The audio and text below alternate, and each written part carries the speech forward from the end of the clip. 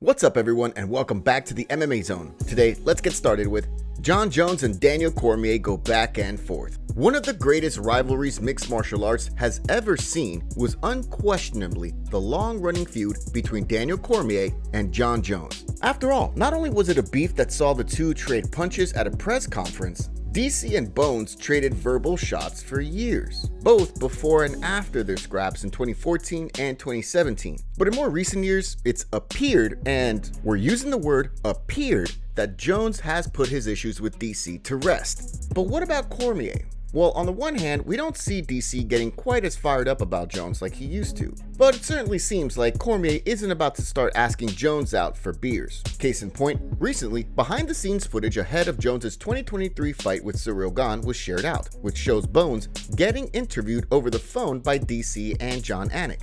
In the clip, Jones goes out of his way to ask how DC is doing, and is being very respectful and even friendly with his old foe.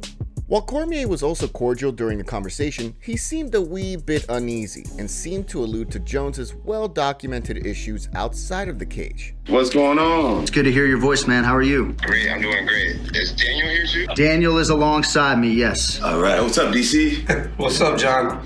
How you doing, man? I'm good, man. That's good, that's good. All right, I just have one question for you. Yeah. So, DC, I got a question for you. How are you doing, man? How's life fighting?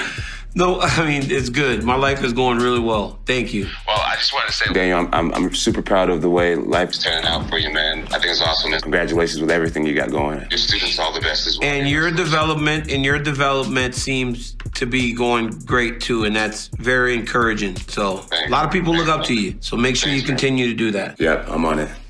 You guys have anything to say? Thank you. It's good to talk to you with this energy instead of the way we usually are. This is refreshing. So thank you for your time, Daniel. And John, you as well. Thank you, brother. We'll see you tomorrow, if not sooner. Have a good night, all right? All right, guys. Take care. You too. Oh, and yeah, Cormier also flipped the bird to the camera after the interview concluded. So there's that. But what do you think? Have Jones and Cormier really closed the book on their epic feud? Now let's look at Dustin Poirier's coach fires back at Arman Tsarukyan for comments. It looks like Arman Tsarukyan could be in for some heated discussions next time he heads to American Top Team on account of recent criticisms the lightweight contender made in Russian about Dustin Poirier. Not surprisingly, the comments aren't sitting too well with a couple of ATT fighters and coaches. As you surely know, Poirier recently fought lightweight champion Islam Makhachev at UFC 302 in New Jersey. While Poirier showed tremendous heart and toughness and pushed the champ for much of the fight, he was choked out in round 5. Well, since then, Tsarukyan was asked to weigh in on the fight while speaking to Russian media. The first round went to Makhachev, and I thought, damn, this Poirier is a complete sack. Then I saw that Poirier turned on, and Islam got tired, and the fight became more interesting. Poirier surprised me. To be honest, I was more surprised by Islam, why he got tired so quickly and couldn't fight. Well, as we know, Islam doesn't breathe that well in 5-round fights. This is his second 5-round fight, and he's giving away the endings. I wonder where Islam found the strength to choke, but I have a feeling that Poirier just gave up. In terms of being mentally broken, there were 2.5 minutes left. Why are you giving up your neck? Well, endure it, get over it, do something, but don't give up. There are 2.5 minutes left. This is the most important and last fight in your life. Well, that prompted ATT boxing coach Dia Ali to post via X, "This guy, fake love and respect in the gym, but the moment he has an opportunity to take a shot, he goes for it. Move. He's a clown." Mateusz Gamrot, who also is part of ATT and helped Poirier train his wrestling for the fight, kept his response to something a bit shorter.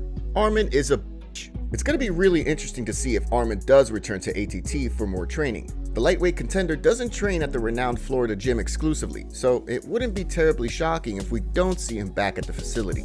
Kamaru Usman versus Shavkat Rakhmonov was nearly a done deal. It remains to be seen who Kamaru Usman fights next, and whether he makes another run at the welterweight title. But new footage from a docuseries about the UFC shows that the promotion was hoping to have Usman face Shavkat Rakhmonov at some juncture. Since Usman lost his welterweight crown to Leon Edwards in 2022, the renowned fighter has competed twice. He dropped the rematch to Edwards last March via decision, before he moved up to middleweight to battle Khamzat Chimaev last October. Usman lost the competitive fight via majority decision. Well, in the aforementioned docuseries, UFC bossman Dana White and matchmakers Sean Shelby and Mick Maynard are filmed proposing a scrap between Usman and Rakhmonov. They were targeting a UFC card in Abu Dhabi for the fight. But when White approaches Usman's manager, Ali Abdelaziz, with the proposal, he reports that Usman wants to fight Stephen Thompson.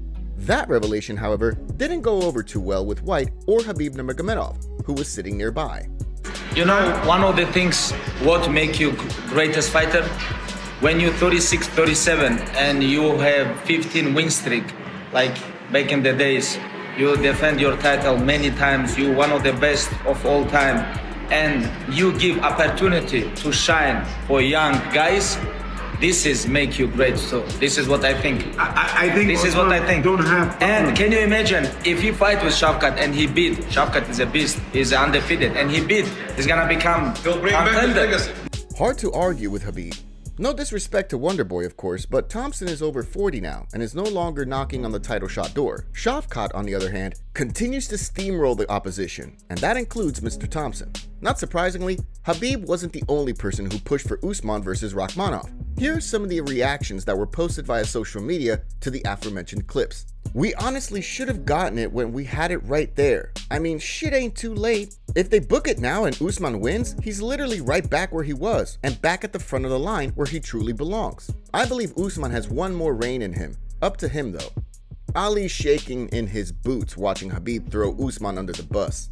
Great fight, but I don't think Usman would do it. Shavkat is too good. One person suggested that Colby Covington should step up and fight the undefeated Rakhmonov. Khabib suggesting this like Usman didn't fight Khamzat. Colby is the one who should be fighting Shavkat. If Colby wants to be relevant at welterweight again, this is the fight he needs. It'll get him back to the top. Instead, Colby is ducking and looking for easier fights. Wonderboy. Now, it should be noted that this footage was probably shot before Usman agreed to battle Chimaev at the UFC's Abu Dhabi card last October, so you never know.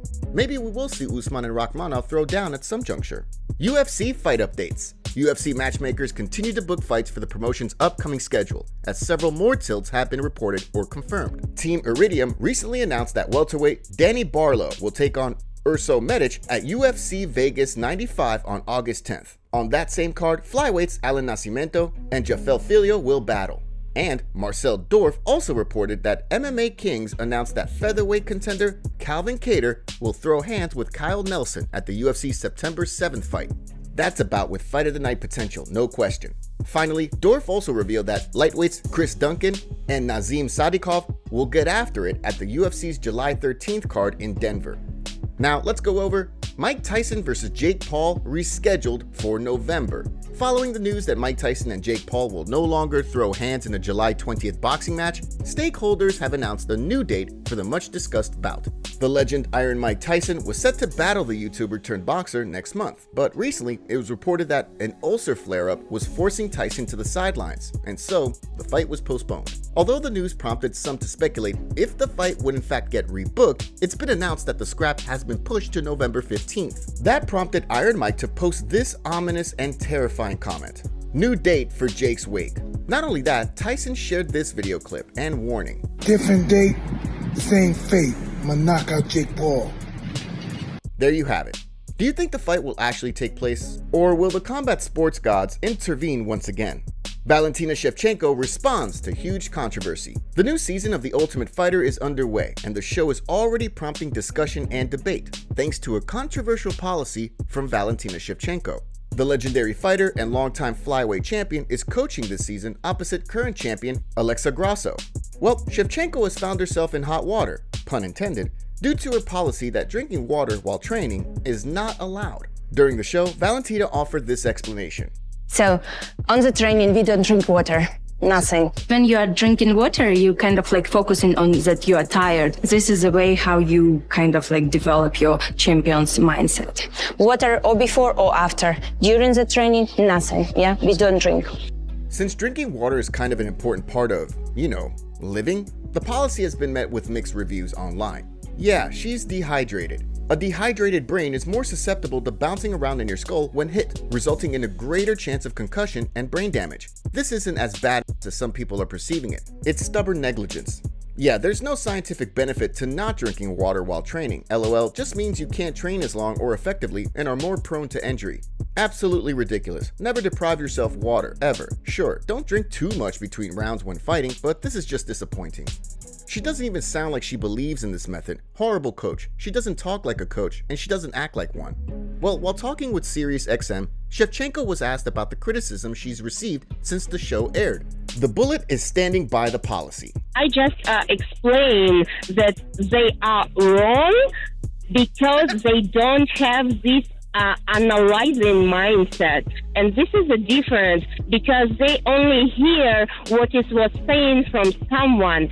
They don't put the research. They don't do they don't try to find out what's the reason behind it and why the entire system of the Soviet Union, it was like this was the base and why they were successful in their sports and why they never drink water during the training. Why is that? It'll be interesting to see how the MMA community responds to Shevchenko's defense, particularly her comments about the Soviet Union. But what do you think? Is Shevchenko onto something here?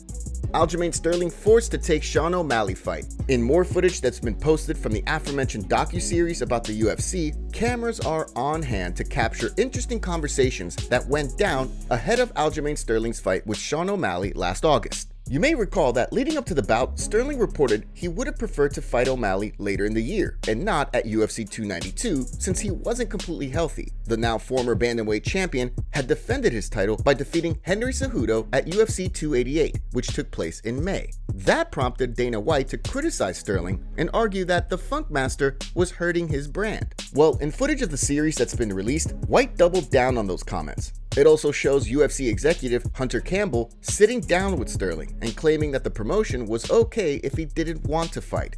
Check it out. So we make the fight, Aljo versus O'Malley, but when he goes out in the public, he just says all the wrong things. I still have injuries that I'm still nursing to this day. I announce a fight, and then the first thing Aljo says is, if my body holds up. So now you have fans going, should I buy tickets to Boston and a plane ticket and get a room? Because this guy might not show up. You're either in the fight or you're not in the fight. I'm gonna fight, even though it's literally against my will. I got a call that Aljo sounds like he doesn't really want to fight. Aljo's one of those guys who just can't get out of his own way. I just want you and I to be on the same page, which is you don't want to fight Aljo. You don't have to fight. I'm not forcing you to fight. So you got to decide what you want to do. And whatever you decide, I'm cool with. So I guess where I sit is it kind of puts me in a bad light where it's like this guy can't get out of his own way and he kind of ruining things. And I'm like, I don't get that thought process of doing that to someone who's always done whatever was asked for him to do. But I can tell you, you're at your peak. You've looked incredible. And it's just this opportunity for you to take his audience that he has built in and introduce you to them. But instead of using the platform and the increased media coverage, it's almost like you're working against it. I see your point 100%. I just still feel, like you said, the communication out of the gate was kind of like, it was a little blindsided. You know what I mean? Like I literally just fought and Dana made the fight right then and there. I know it's a big opportunity. My only thing, like I said, from the very beginning was, damn, I just wish we had a conversation. That was it. All right, my man.